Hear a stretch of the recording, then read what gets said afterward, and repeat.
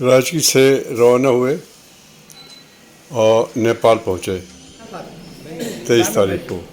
नेपाल के होटल में अराइवल दिया और अच्छा खासा होटल है, खूबसूरत है। तो हज़ मामूल एक बुत भी रखा हुआ है और साथी शुरा जो हैं वो अपने चाबियाँ कमरों की हासिल कर रहे हैं। मुख्तलिफ मनाजिर होटल के आसपास। ये एक शॉप है जहाँ कुकरी, इनका नेपालियों का मखसूस डैगर है, खंजर है, वो फ़रोख्त होता है। बड़ी खूबसूरत चीज़ है, आर्टिस्टिक और जंगी हथियार भी है।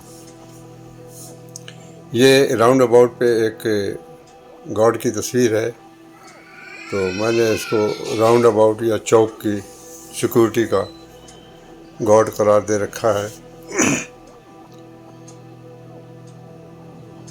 ये जब हम अराइव हुए थे तो हमको हार पहनाए गए। ये हम बोटिंग के लिए, राफ्टिंग के लिए रवाना हुए थे। राफ्टिंग के लिए जाते वक्त रास्ते के मनाजिर, सरसों के खेत आप देख सकते हैं।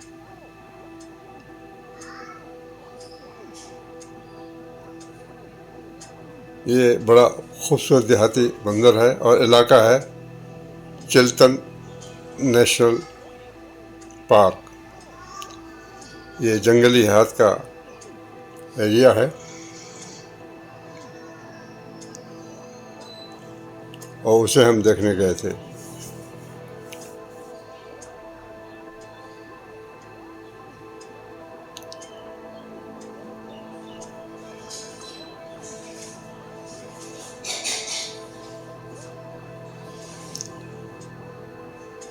ये लोग एलिफेंट पे चिल्तन नेशनल पार्क में सवारी भी कर रहे हैं। ये एलिफेंट जो हैं राइडर्स को ले जाते हैं नदी पार जंगलों की सैर कराने के लिए। कुछ लोग पसंद करते हैं इनकी सवारी और कुछ लोग इसी दरिया में, जो तिब्बत दरिया तिब्बत से निकला है और नेपाल से हिंदुस्तान जाके दरिया घाघरा में मिल जाता है, उसके पानी में किश्तीबानी को तरजीह देते हैं। दोनों ही दिलचस्प स्पोर्ट्स हैं। हमारा फैसला ये हुआ कि बजाय एलिफेंट राइड के हम लोग कैनों के ज़रिए, यानी पतली किश्तियों के ज़रिए नदी की सैर करेंगे। तो इसमें भी चंद अल्फाज ने नहीं बैठे। ये नदी के अंदर मुर्गारी उतर रही है, उड़ रही है, मुख्तलिफ मनाजिर नदी के।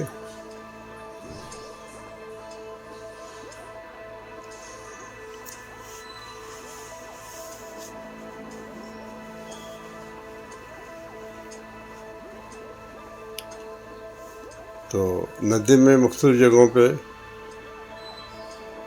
घड़ियाल, मगरमच्छ और परिंदे नज़र आते हैं, कुछ इस वीडियो में और कुछ दूसरी वीडियो में मैं उनके मनाजिर दिखाऊंगा।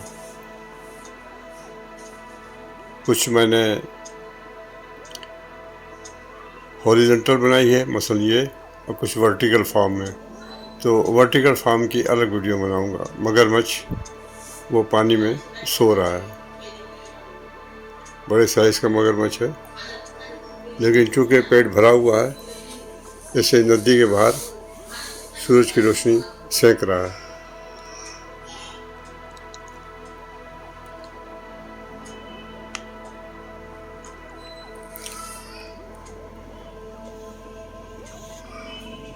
लोग जो परिंदे या जानवर या देख लेते हैं तो इशारा करते हैं। मसलन वो मगरमच्छ अपने घर में सो रहा था, इशारे कर रहे हैं।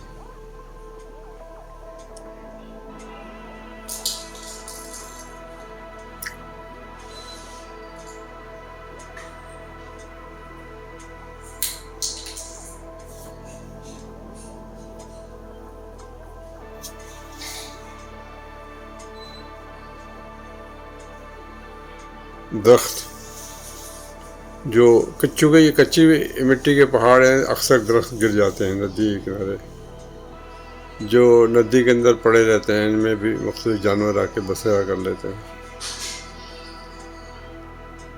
यहाँ के पहाड़ जो हैं नेपाल के बहुत कमज़ोर हैं, मरी सवात के पहाड़ों से ज़्यादा। इनमें कच्ची मिट्टी ज़्यादा है, चुनांचे दरिया में लैंड स्लाइडिंग होती रहती है। ये हम देख सकते हैं कि घड़ियाल भी हैं और मगरमच्छ में है। घड़ियाल का चोंच डिफरेंट किस्म की होती है और मगरमच्छ की, और ये मगरमच्छ है।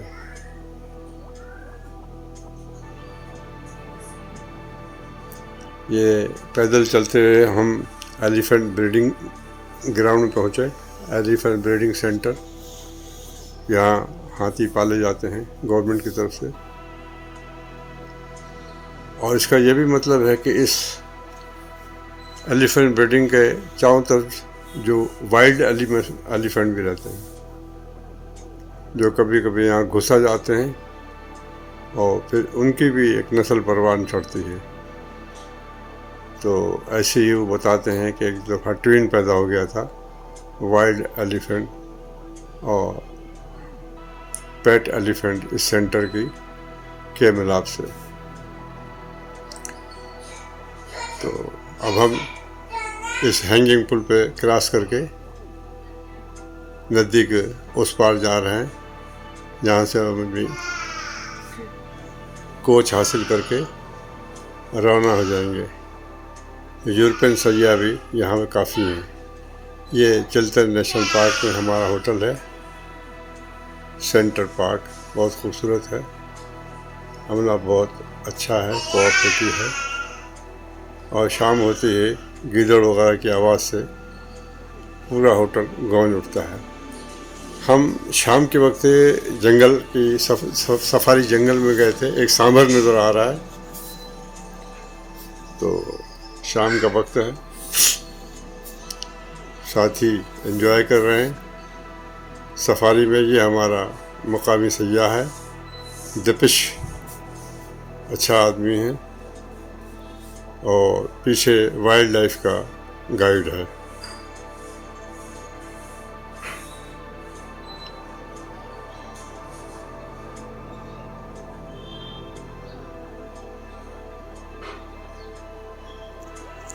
ये वाइल्ड लाइफ के कुछ मनाजिर।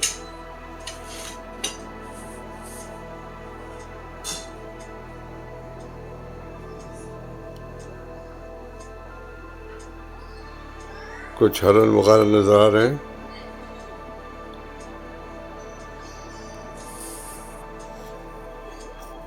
साथ ही सिंगिंग भी कर रहे हैं टूरिस्ट।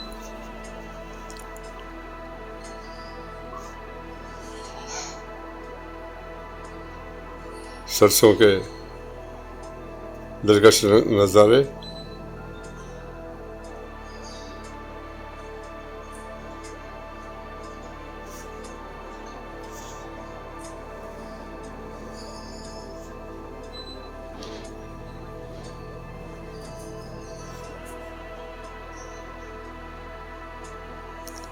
ये हरन है जो नज़र आ रहे हैं, शेर हमें नज़र नहीं आए, और न ही हमें वो नज़र आया, और जो क्या कहते हैं रेनो साहब नज़र नहीं आया, गेंडा जिसे कहते हैं।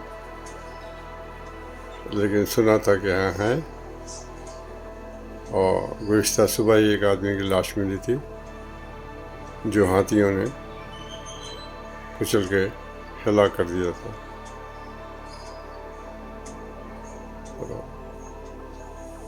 रास्ता इतना ख़राब नहीं है जितनी ख़राब ये जीपें हैं सफारी जंगल की। इनमें शाक ऑब्जर्वर कतई नहीं है, और 2 घंटे की राइड में सड़क से ज़्यादा ये जीपें तकलीफ़ देती हैं। हालांकि कीनिया में भी ऐसे मनाजिर हैं, लेकिन उनकी जीपें अच्छी हैं, शार्क ऑब्जर्वर है और पता नहीं चलता कि झटके क्या होते हैं।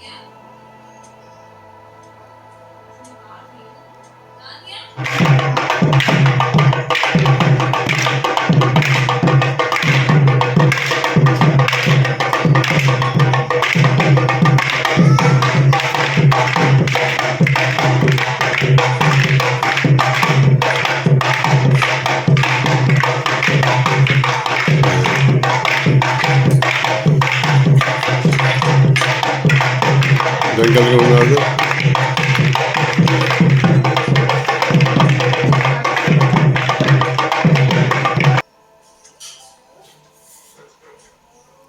कोई जानवर वगैरह नजर आ जाए तो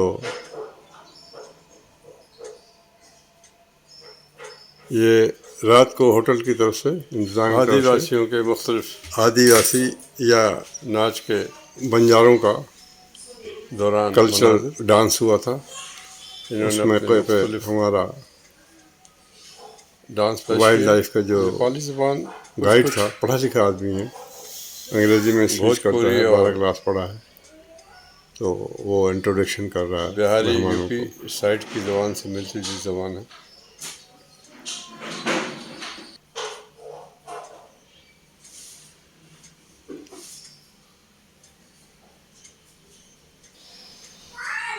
तो इसमें रक्स के मुख्तलिफ मनाजिर मुलाज़ा फरमाएं।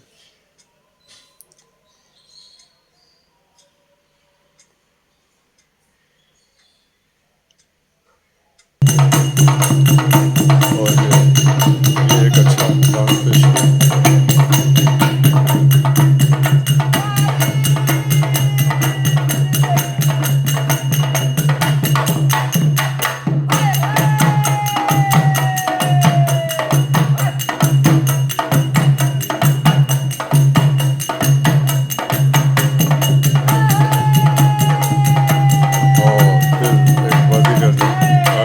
पेश किया, ये भी एक अच्छा शो।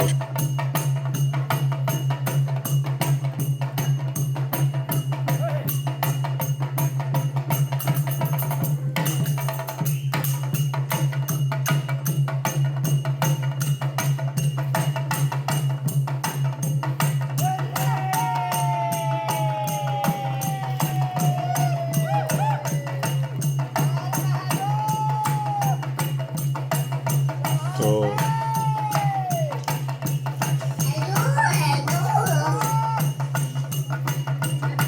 दादी करके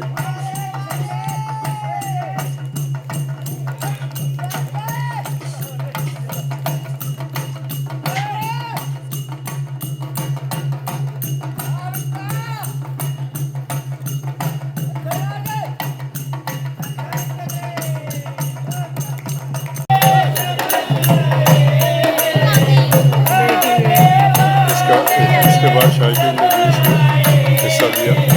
शायकीन ने डांस में हिस्सा लिया था।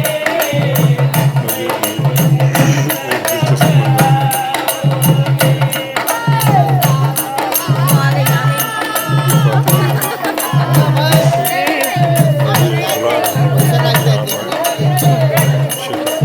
हमारी बंदी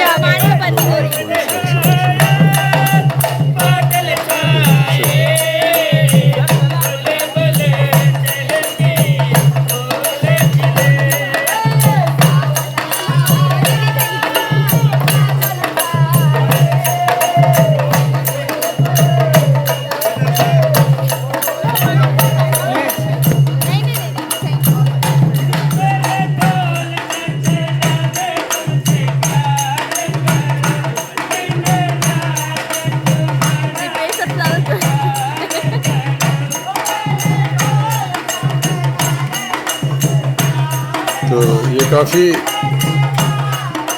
दिलचस्प आइटम जो इस होटल की मैनेजमेंट ने पेश किया आदिवासियों का डांस।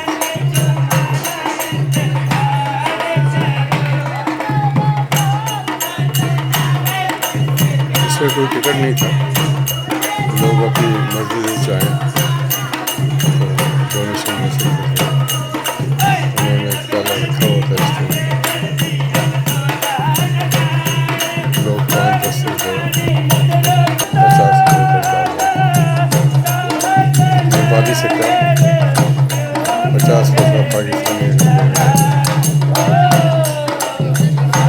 मुल्क में गुर्बत GDP गिरी हुई है। एग्रीकल्चर इनकम खास वर्ग की आबादी 30 मिलियन। इनका एक रोड है 174 किलोमीटर का, काठमांडू से लेकर इधर तक चितवन उपहार से होता हुआ वापस काठमांडू आता है। जो 1967 में चाइना ने बनाया था, 74 में मुकम्मल किया। हम उसी सड़क की दोबारा मरम्मत हो रही है। 2-2 घंटे का सफर 6-6 घंटे में तय हो रहा है, लेकिन सैयाह इससे भी एंजॉय कर रहे हैं क्योंकि वो रास्ते के मनाजिर भी देख लेते हैं। कंटेनर में बने हुए कॉफ़ी हाउसेज हैं जहाँ से खाने पीने का थोड़ा बहुत सामान मिल जाता है। कॉफ़ी चाय मिलती है। यहाँ की चाय मसाला चाय का नाम है, इसमें अदरक वगैरह डालते हैं जो इलायची और नमकीन भाती है। लेकिन यहाँ का मन भाती चाय वही मसाला चाय, हालांकि उनको मना किया जाता है लेकिन फिर भी मसाला चाय ही देते हैं। कड़क चाय या दूध मिल्की चाय, दूध और चाय की पत्ती का उनके पास तस्वर कम कर रहे हैं। वो कहते हैं ये तो भारत में भी जाती है, हमारे यहाँ तो मसाला चाय चलती है। हिंदी या उर्दू ये बहुत अच्छी तरह बोल लेते हैं, उसमें देते हैं। इनकी लिखाई भी देवनागरी है, क ख ग घ भ तो जिसको ये कखा पढ़ना आता है हिंदी है अरफ जी वो नेपाली ज़बान के पढ़ सकता है।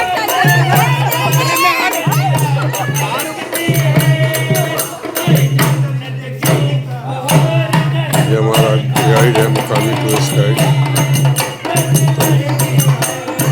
ये बेचारे ने बड़ी भरपूर तरीके से हमें करीब आधा निकाल के दिखाई इस 6 नाइट स्टे 7 डेज।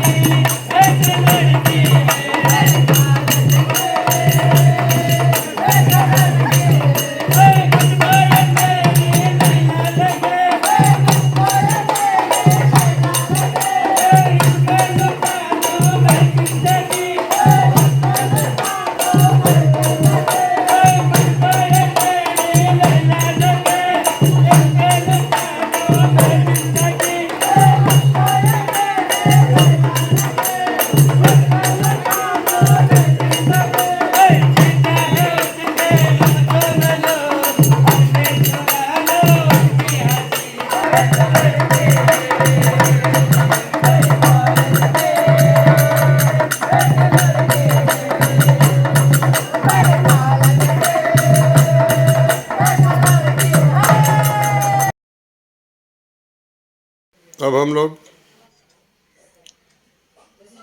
यहाँ से चितवन नेशनल पार्क एरिया से निकले हैं और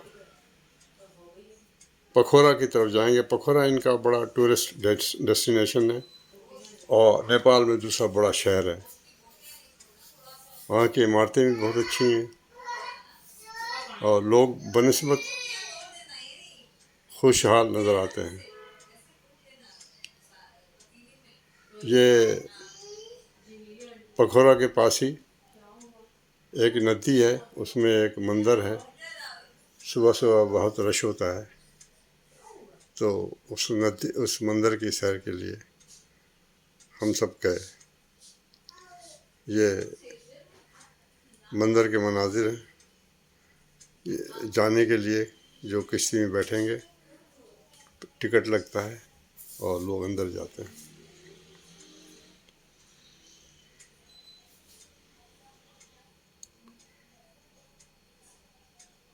तो मंदिर में पंडित जी ज़ायरीन के टीका भी लगा देते हैं। और ये मुख्तलिफ मनाजिर हैं। जो एक दूसरा गार है, जो साउथ एशिया का सेकंड बड़ा लार्जेस्ट गार है, उसके अंदर मैं जा रहा हूँ। साइड में बड़े अच्छी मूर्तियाँ बनी हुई, आर्ट के शाहकार, कदीम आर्ट है। इसमें मुख्तलिफ धार्मिक मनाजिर की तस्वीर कशी या स्टेचू मेकिंग की गई है। तो काफ़ी अंदर जाना पड़ता है। मैं भी अल्लाह का नाम लेके अंदर चला गया। ये गार जो है देवी का कहलाता है, और देवी यहाँ पे यही हो गई अपना शिव की धर्म पत्नी काली माता। तो शिव हिंदू मज़हब का बड़ा ताकतवर भगवान है, और ये उसकी बीवी, जगह जगह उनकी पूजा होती है। और विष्णु भी है, अब ब्रह्मा भी हैं, विष्णु के कम कम, क्योंकि मेरे दोस्त ने बताया, जो हमारा गाइड है वो ज़ात का ब्राह्मण है, और उसका चचा जो है पंडित है। पंडित वो जो पूजा करा सकता है, हर हिंदू पूजा नहीं करा सकता। और पूजा हर ब्राह्मण पूजा करा सकता है। वो ब्राह्मण पूजा करा सकता है जिसका शजरे में माँ भी ब्राह्मण हो, बाप भी ब्राह्मण हो। अगर कहीं भी हिस्सा टूटा है तो फिर उसको पूजा कराने का अधिकार नहीं होता। तो पंडित जो होता है, पंडित की लाइफ मुश्किल होती है। उसको बुरे कामों से, मसलन शराब नोशी वगैरह से इज्तनाब करना पड़ता है। लेकिन ये बात कि फिर शिव भगवान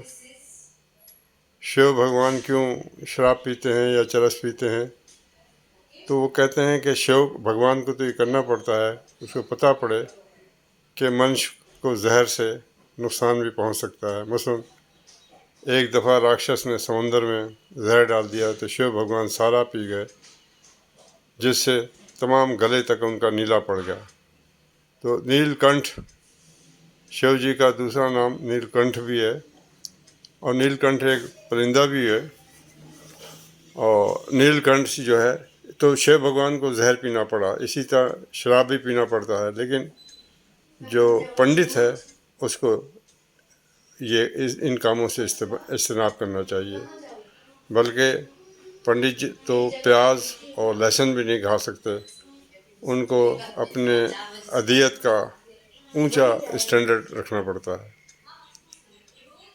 मेरे इस्तफसार पे कि वो खुद पंडित क्यों नहीं बन जाता, तो वो कहने लगा कि इसलिए मैं नहीं बनता कि मैं जब बूढ़ा हूँगा तब इस पेशे में जाऊँगा, अभी थोड़ा सा दुनिया घूम लूँ। ये जनाब मुख्तलिफ मनाजिर हैं जो जिसको कैब में जाते हुए, गार में जाते हुए, गुफा में जाते हुए हम देख रहे थे। और वापसी भी फिर इसी ज़रिए से हुई।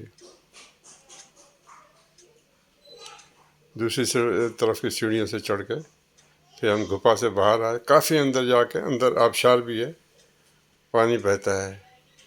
बाहर निकल के एक कमरे में ये 2-4 धार्मिक लोग बैठे हुए धार्मिक सॉन्ग्स गा रहे हैं। एक सुबह हम लोग अलग सुबह 5 बजे रवाना हुए ताकि 6:35 बजे सुबह को अर्ली मॉर्निंग का नज़ारा करें। कुछ मनाजिर जो हमने दरिया में जाते हुए किए थे। ये कुछ रास्ते के मनाजिर हैं। कंटेनर कॉफ़ी हाउस में, होटल के कमरे में, या आखिरी दिन हम यहाँ के पशुपति नाथ मंदिर गए थे।